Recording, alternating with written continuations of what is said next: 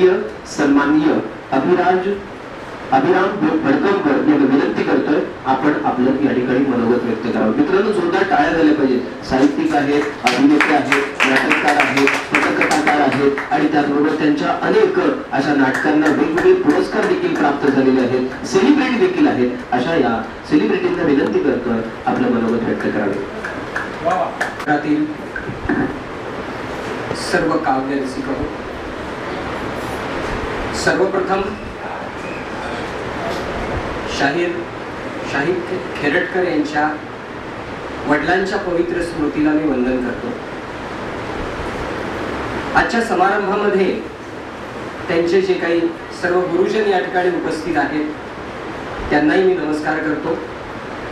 त्यांचे आप्त स्वकीय, नातेवाईक, मित्रमंडळ, आपण सगळ्यांनी मिळून हा एक अतिशय सुरेख असा कार्यक्रम आयोजित केला आहे. मला असं वाटतं की एखाद्या माणसाला यापेक्षा अधिक मोठा आनंद कुठला असू शकेल की त्याच्या आयुष्यातला हा पहिला काव्यसंग्रह प्रकाशित होतो आहे आणि त्यासाठी इतके सगळे आपले म्हणवणारे लोक उपस्थित आहेत आणि कौतुकाची टाळी देत आहेत. खरं तर इथे येण्याचं सगळ्यात महत्त्वाचं कारण म्हणजे सुप्रसिद्ध कादंबरीकार डॉक्टर बाळासाहेब लबडे आणि आमचे डॉक्टर संजय बोरुडे. आमच्या तिघांची मैत्री थोडी वेगळ्या प्रकारची आहे. भेटी फारशा होत नाहीत, पण तरी सुद्धा आमच्या मैत्रीचा धागा आहे तो म्हणजे साहित्याचा आणि निखळ साहित्याचा. सगळ्या गटातटा पलीकडे जाऊन साहित्य हेच महत्वाचं आहे. वेगवेगळ्या प्रकारचे कंपू आणि वेगवेगळ्या प्रकारच्या विचारसरण्या याच्या सुद्धा पलीकडे साहित्य असतं, मोठं असतं हे मानणारे आणि त्याच्यावरती विश्वास ठेवणारे आम्ही तिघजण आहोत. आणि आज यांच्या निमित्ताने शाहिरांच्या सारखा एक अत्यंत उमद्या मनाचा, अत्यंत सर्जनशील असा मित्र या ठिकाणी मिळाला आहे, त्याचाही आनंद खूप मोठा आहे. या कविता जेव्हा मी वाचत होतो तेव्हा प्रस्तावनेमध्येच एक अत्यंत महत्वाचं वाक्य त्यांनी असं म्हटलेलं आहे की त्यांच्या या कवितांना एक अत्यंत महत्वाचं असं प्रयोजन आहे. कवितांना प्रयोजन आहे हे म्हणत असताना ते म्हणतात की समाजाला जागृत करणं हा माझा स्थायी भाव आहे, हे त्यांनी मान्य केलेलं आहे. आणि तिथे मी थोडासा अडखळलो कविता वाचायच्या आधी. मग मला असं वाटायला लागलं की ज्या कवितेला प्रयोजन आहे आणि ते सुद्धा प्रबोधनाचं प्रयोजन आहे, ती कविता कविता म्हणून कशी असेल? कारण अशा पद्धतीच्या कवितेला थोडंसं प्रचारकीपणाचं एक वळण येतं आणि म्हणून कविता म्हणून कवितेच्या अंगाने ती कुठेतरी कमी पडत जाते. असं या कवितेचं होईल की काय, असा एक प्रश्न माझ्या मनामध्ये निर्माण झाला. आणि मी जेव्हा या कविता हळूहळू वाचायला लागलो, एका पाठोपाठ एक कविता जेव्हा मी वाचत गेलो तेव्हा माझ्या असं लक्षात आलं की प्रयोजन हे जरी कवितेला असलं तरी सुद्धा त्या कवितेचा जो स्वभाव आहे तो त्यांनीच आपल्या पुस्तकाच्या प्रस्तावनेत मांडलेला आहे. की ते असं म्हणतात की मला माहितही नव्हतं कविता कशी करायची. अशा वेळेला मी मनातले भाव कागदावरती उतरवत गेलो आणि ही उतरवण्याची जी प्रक्रिया आहे त्या प्रक्रियेलाच कविता असं म्हणतात, हे त्यांच्या लक्षात आलं. आणि तिथे मात्र मी थोडासा सुखावलो आणि माझ्या असं लक्षात आलं की मनातले कुठलेही भाव मांडत असताना अत्यंत मोकळेपणाने ते मांडणं, कुठल्याही प्रकारचा चष्मा न चढवता आणि त्याला कुठल्याही प्रकारचा हेतू न जोडता ते भाव मनामधले कागदावरती जेव्हा उतरत येतात तेव्हा त्याची कविता होते असं मानणारा हा कवी अत्यंत मोकळेपणाने आपली मतं काय मांडतो आहे आणि मनातले भाव काय मांडतो आहे हे याच्याबद्दल माझ्या मनामध्ये फार मोठ्या प्रमाणामध्ये उत्सुकता निर्माण झाली आणि मी कविता वाचू लागलो. आणि मग माझ्या असं लक्षात आलं की हा कवी एका बाजूला अत्यंत अस्वस्थ आहे आणि त्या अस्वस्थतेतून त्याला असं वाटायला लागले की काहीतरी सांगितलं पाहिजे, काहीतरी म्हटलं पाहिजे आणि शाहीर असल्यामुळे समाजाला काहीतरी सांगण्याचा आणि जाग करण्याचा एक हेतू आहे. पण त्याचबरोबर स्वतःच्या अंतरंगामध्ये आणि दुसऱ्याच्या अंतरंगामध्ये शिरून हा कवी काहीतरी शोध घेताना आपल्याला दिसत राहतो. आणि म्हणून एका वेळेला जो समाजामध्ये वाद झाला होता, जीवनासाठी कला की कलेसाठी कला, मला असं वाटलं होतं की ही कविता केवळ जीवनासाठी कला या अंगाने जाईल, पण तसं न होता जीवनामध्ये आपल्याला समाजाला जे काही सांगायचं आहे, जे काही मांडायचं आहे, त्याला एका कलात्मक अशा पद्धतीने मांडण्याचा या ठिकाणी प्रयत्न होतो. आणि म्हणून या कवितेचा प्रयोजन जीवनासाठीही ती कला आहे आणि कलेसाठी सुद्धा ती कला आहे असं लक्षात येतं. प्रेम शहर सारखा एक अतिशय सुंदर शब्द जेव्हा ते त्या ठिकाणी वापरतात, तेव्हा असं लक्षात येतं की या कवितेतली शब्दकळा सुद्धा जाणीवपूर्वक निर्माण केलेली आहे आणि ती अतिशय सुंदर आहे. आणि म्हणून या कवितेमध्ये आता खरं सर असं म्हणाले की ती सामान्य माणसासाठी नाही, पण मी तर असं म्हणेन की ही सामान्य माणसांच्या शब्दामध्ये बोलणारी, सामान्य माणसांच्या हृदयापर्यंत पोहोचणारी आणि त्याला त्याच्या शब्दामध्येच त्याच्याबद्दलचं एक भान देणारी अशी एक कविता आहे. या कवितेच्या पाठीमागे समाजाला काहीतरी सांगणं हे तर महत्वाचं आहेच, पण होतं काय, आजूबाजूला घडणाऱ्या घटनांच्या बद्दल एक जाणीव असते, एक भान असतं आणि त्या घटना आजूबाजूची जी सगळी काही घुसळण आहे, अस्वस्थता आहे, ती व्यक्त करण्यापासून या कवितेची सुरुवात होते. त्याचं उदाहरण मी देतो. वादळ नावाची जी कविता आहे, वादळ नावाच्या कवितेच्या पाठीमागे एक बातमी आहे. एक वादळ येतं आहे आणि त्या वादळाची नावं आपण पाहिलेली आहे, फियान आणि तोक्तो वगैरे अशा पद्धतीची.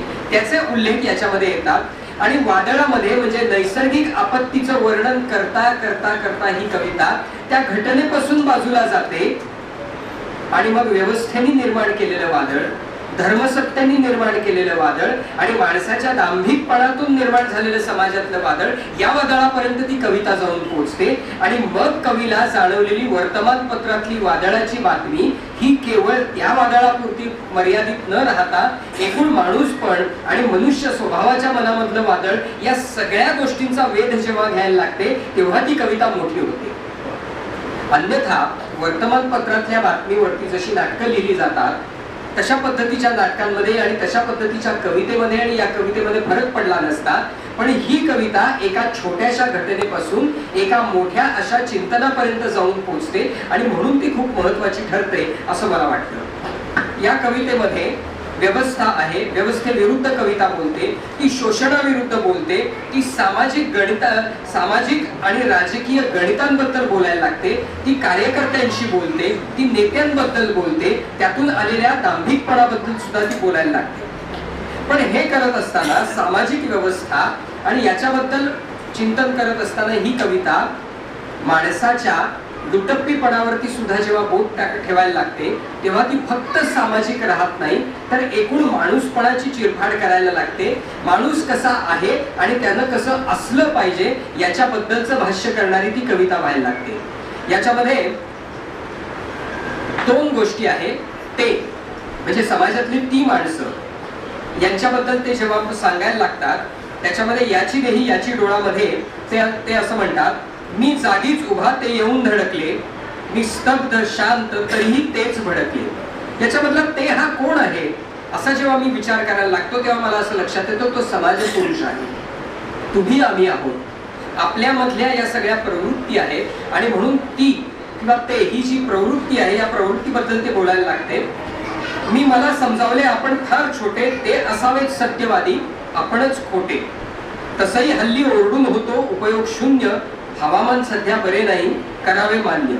हे सगळं करत असताना फार महत्वाचं एक वाक्य आता ज्याचा बोरुडेंनी सुद्धा संजयजींनी पण उल्लेख केला, धडकणारे एकदा स्वतःलाच धडकतील.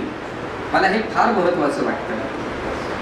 धडकणारा माणूस स्वतःला धडकावा, त्यांनी आत्मपरीक्षण करावं, त्यांनी स्वतःकडे पाहावं आणि मग ते असं म्हणतात की धडकणारे एकदा स्वतःलाच धडकतील, पलटली बाजी पाहून स्वतःवरच भडकतील. या भडकण्यातनं जर त्यांना एक आत्मभान आलं तर ते खरोखरच समाजाला काहीतरी महत्वाचं देऊन जातील. त्यांच्यामधला दुटप्पीपणा आणि दांभिकपणा संपत जाईल. आणि जर तसं झालं नाही तरी सुद्धा कवी असं म्हणतो, फक्त बघावे, सोसावे आणि प्रतीक्षेत राहावे, याची देही याची डोळा घडेल ते पाहावे. अशा पद्धतीने समाजातल्या दांभिकतेवर बोट ठेवून कवी अशी अपेक्षाही करतो की ते स्वतःवर धडकतील, आणि जर काही धडकलं नाही तर तटस्थपणे परत एकदा आपलं जे काम आहे समाजाकडे तटस्थपणे पाहत राहणं आणि त्याला जागृत करण्याचा प्रयत्न करत राहणं, ते काम करत राहावं, अशा पद्धतीच्या एका स्थितप्रज्ञतेकडे कवी येऊन जातो. आणि मग माझ्या असं लक्षात येतं ही स्थितप्रज्ञता कवीमध्ये कुठून येते, तर आत्ताच जो वारंवार उल्लेख केला, सर्व धर्मामधल्या आध्यात्मिक बाजू ज्या आहेत त्यांचा विचार करणं, त्यांचं चिंतन करणं आणि आपल्या शाहिरीत ते मांडत जाणं, यातून, कारण अध्यात्माला धर्म नसतो, देवांना धर्म आहे, कर्मकांडांना धर्म आहे, पण त्यातलं सांगितलेलं जे अध्यात्म आहे, जे मूळ सार आहे, त्याला धर्म नसतो. आणि म्हणून अशा पद्धतीच्या त्या आध्यात्मिक बाजूतनं या सगळ्या गोष्टीतली स्थितप्रज्ञता आलेली आहे असं मला वाटतं. आणि त्याच्यानंतर ते या समाज पुरुषाला एका कवितेमध्ये हेही सांगतात, तत्वांशी तुझी ना यारी, तुला तुझीच दुनियादारी, लाचार आंधळे आम्हीच वेडे, लोटांगण घालतो दारी, तुझं पिंग कधी ना कधीतरी फुटेल, अशा पद्धतीचा आशावाद हा कवी या ठिकाणी मांडत जातो. आणि मग आपल्या असं लक्षात येतं की हा कवी वेगवेगळ्या पद्धतीने या सगळ्या समाजातल्या वेगवेगळ्या अंगांना स्पर्श करत जातो. प्राण आपले जातील आणि नैवेद्य ते खातील, अशा पद्धतीचा ते इशारा देतो. दंगलीला नसतो चेहरा, असं सांगून समाजामधल्या वेगवेगळ्या प्रकारच्या ज्या दंगली आहेत, या दंगलीमध्ये सामान्य माणसांनी पडू नये, या दंगली सामान्य माणसाला भडकवतात आणि वेगळ्या प्रकारचं वळण देतात. अशा पद्धतीतील सामाजिक बांधिलकी आणि समाजभान, समाज मन जागृत करणं, या पद्धतीने ही कविता पुढे सरकत जाते. आणि म्हणून एकाच वेळेला हा कवी समाजाला समजावून घेत राहतो, माणूस समजून घेण्याचा प्रयत्न करतो, पण कवितेला प्रयोजन असल्यामुळे ही कविता सामाजिक भान निर्माण करेल याचा सुद्धा तो विचार करत जातो.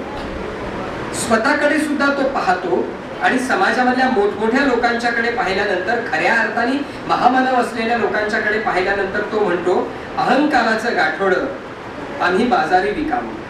आपल्यातलं अहंकाराचं गाठोडच आपल्याला या सगळ्या गोष्टींच्याकडे घेऊन जातं, तेव्हा आपण त्यांच्यासारखं व्हावं, कधीतरी आपलं अहंकाराचं गाठोडं आपण बाजूला ठेवावं, असा विचार तो कवी मांडत राहतो.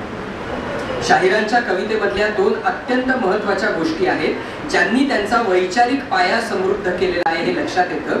त्यातली एक गोष्ट म्हणजे आपलं संविधान, आणि दुसरी महत्वाची गोष्ट म्हणजे डॉक्टर बाबासाहेब आंबेडकर, जे आपल्या घटनेचे, संविधानाचे शिल्पकार आहेत. या दोन गोष्टींमधनं संविधानातून मांडलेली मूल्य, त्यातून दिलेल्या आस्था, त्यातल्या धारणा, त्यांनी दिलेले विचार, या सगळ्यांवरती त्यांची वैचारिक जो भरण पोषण झालेलं आहे.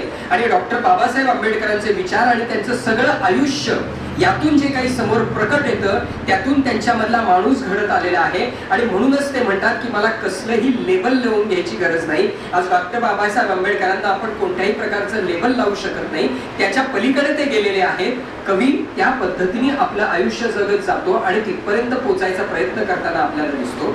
त्यांचा हा वैचारिक पाया इतका समृद्ध आहे, इतका महत्वाचा आहे, आणि तो केवळ भावनांवर आधारलेला नाही तर पूर्णपणे विचारांवर आधारलेला आहे. आणि म्हणून त्यांची कविता ही अशा प्रकारे समृद्ध होताना आपल्याला दिसते. आणि म्हणून एकीकडे विचार आणि दुसरीकडे भावना, या दोन गोष्टींचा अतिशय समतोल आपल्याला या ठिकाणी दिसतो. अनेक कवी काळजाला शरण जातात आणि अनेक कवी हे विचाराला शरण जातात किंवा विचारामध्ये इतके गुंतत जातात की भावनांना शरण गेलेले कवी पुढे पुढे आपल्याला केवळ रडारड करताना दिसतात किंवा गाराणी मांडताना दिसतात. आणि विचारांना शरण गेलेले कवी ते कविता का लिहितात, त्याच्यापेक्षा प्रबंध निबंध का लिहित नाही, असा आपल्याला प्रश्न पडतो. ते आपल्या काळजापर्यंत पोहोचू शकत नाही. परंतु ही कविता अशी आहे जी आधी तुमच्या काळजापर्यंत पोहोचते आणि नंतर तुमच्या विचारांपर्यंत पोहोचून तुमच्या विचारांमध्ये एक प्रकारचं परिवर्तन घडवायचा प्रयत्न करते. आणि म्हणून ही ललकारी, याचं जे नाव आहे त्याच्यावरती यांनी फार छान विनोदही केला. परंतु त्या सगळ्या गोष्टींच्याकडे पाहताना सुद्धा मला असं वाटतं ही ललकारी केवळ समाजाला जागृत करणारी ललकारी नाहीये. कारण अनेकदा ललकारी होते, समाज जागा होतो, परंतु ही सतत एक निरंतर प्रक्रिया आहे तुमच्या विचारांना आवाहन करण्याची. तुमची वैचारिकता ही तुम्ही सतत काल सुसंगत ठेवली पाहिजे, आजूबाजूच्या गोष्टींशी घासून घेतली पाहिजे. कालचे विचार हे आज सुने होणार आहेत, कालचे विचार हे कदाचित आजच्या आव्हानांना पुरेसे ठरणार नसतील आणि म्हणून ही ललकारी सतत सतत तुमच्या विचारांना जागरूक ठेवणारी आहे. तुम्हाला एक विचारांचं, तुम्हालाच काय आपल्या सर्वांना एक विचारांचं भान देणारी आहे आणि म्हणून ती खूप अत्यंत महत्वाची आहे असं मला वाटतं.